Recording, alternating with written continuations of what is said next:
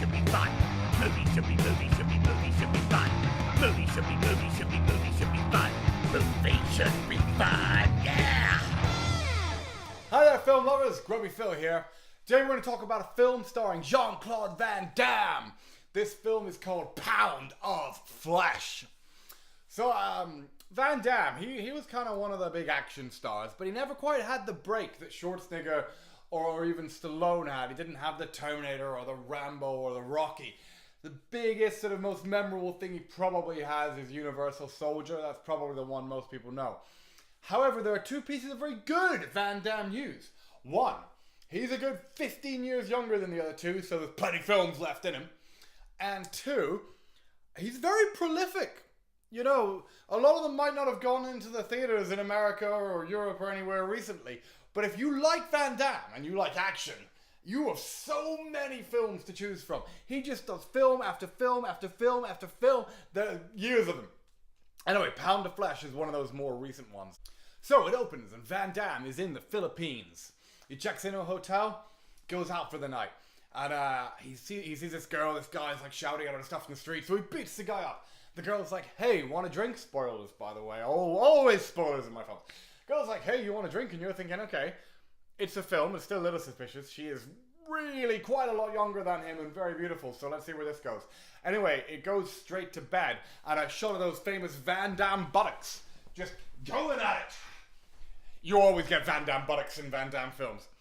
So he sleeps with the girl, and you think, okay, he got the buttock shot in early this time. The next morning, he wakes up in a tub, an iced tub bath in the middle of his hotel room. And he's in a lot of pain, he gets up and there's blood everywhere. Basically, they've stolen his kidney. Bum, bum, bum! He has no kidney. He has a big scar down his back. They've left him some money and some medication. Anyway, he calls a friend he's known for some time from sort of his shady businesses. He turns up, yeah, alright, he's not as connected as he used to be, but he'll help him. We also get introduced to a sort of a brother. A brother that at first you're like, they don't seem to have much going on there, much chemistry. But actually, it works because it's explained why. And basically, it's because Van Damme was busy fucking his wife at several different points. But it turns out he was there to give his kidney, coincidentally enough, to his brother's daughter who's dying and sick. So you're like, oh, well, that's kind of sad. So they got to get this kidney, and they come up with this sort of arbitrary figure of 10 hours before it's in someone else. So they go about tracking this kidney down. They go to the bar and everything like that. And as the film goes on, we get reintroduced to a lady who it turns out is a sort of professional escort who did this for money but feels terrible. It makes her feel sick. She never does stuff like this. So she ends up tagging along because they kill her pimp in the process. His brother is this sort of... He's kind of boring. He's a very devout Catholic, so he really struggles with this whole being involved with his brother, who's sort of a mercenary, kidnap retrieval type guy. But turns out his kidney has gone to this super rich guy, so they obviously have to infiltrate that and get that. In the course of some heart-to-hearts, we find out, twist again, that his brother's daughter is actually Van Damme's offspring. And that's because the brother and the wife split up for a bit, and the wife went back to spend some time with Van Damme. And BAM! He Van Dammed, and they had a daughter. So this brother is looking after his she's dead, by the way. His dead wife's daughter with his brother. Yeah. It's weird, but it adds depth. It's interesting. You don't get this very much in a film, this sort of complicated web. Oh, and it turns out the escort girl from the beginning, she was selected because she looks like Van Damme's brother's dad's wife. Yeah. So anyway, they go around killing and stuff, and they find the old guy with the kidney, except he doesn't have the kidney. Twist again. His grandson has the kidney. He's 8. He's just had it put in. They couldn't possibly take it out of him because that's just a step too far. So you're like, oh, okay. His daughter's gonna die. That's a brave ending. She isn't. We get to the hospital. The dad's holding her. He gives it to Van Damme to hold, which is a little creepy because she's like 11, 12, wakes up and is totally fine with the stranger holding her. She goes to the bathroom and Van Damme is leaking. He's leaking blood. He's dying! No! Give my kidney to her, my other kidney. So basically he dies and they give the other kidney to her. We flash forward a little and she's there with his dad. They've buried him next to the dead wife.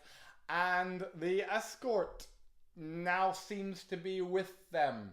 So perhaps the brother has been like, well, we shared the woman before who looked a lot like her. Let's share this one. And the women, even though these two brothers are absolutely completely different, they seem to be attracted to one and therefore attracted to the other, which doesn't make an awful lot of sense. We don't actually know if she was ever attracted to Van Damme in the first place, of course, because she was paid to do it. So, yeah. It's a ridiculous premise and a wonderful one. You wake up, no kidney. There's a lot of stammering around, you know, naked, obviously, of course. So they're not very greased, more ice cold. And you got to give props to Van Damme because he's only really looking good in this film for like 2 minutes at the beginning. After that, he's sort of in a deteriorating health from having his kidney removed and then being in lots of fights. And by the end of it, he looks like he's about to die. And, you know, fair enough, like, that worked for the role. It's what it needed. It needed a guy who looked like he was about to die. Because at the end, you were like, yeah, I'm not surprised he did. Anyway, where is this film going to sit on my ratings? My ratings, of course, being, was it fun? No. Was it fun? Hell no. Was it fun? Yes. Was it fun? Hell yes.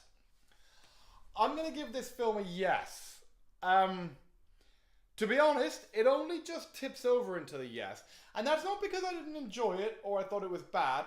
It's just that this film is very dark and takes itself very seriously, which for the premise, I think went a little far in the serious direction. I think it needed to just be a little bit more fun. The story can stay the same. He can still die at the end. It's a nice, noble death.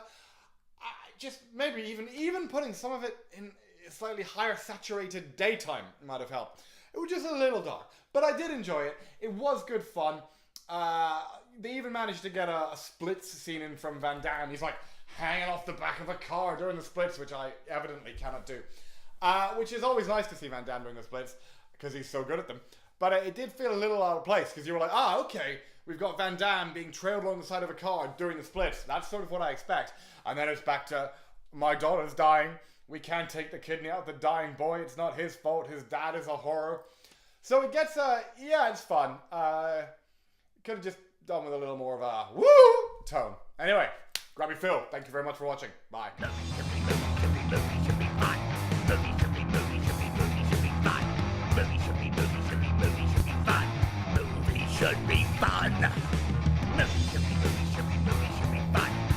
should be fun.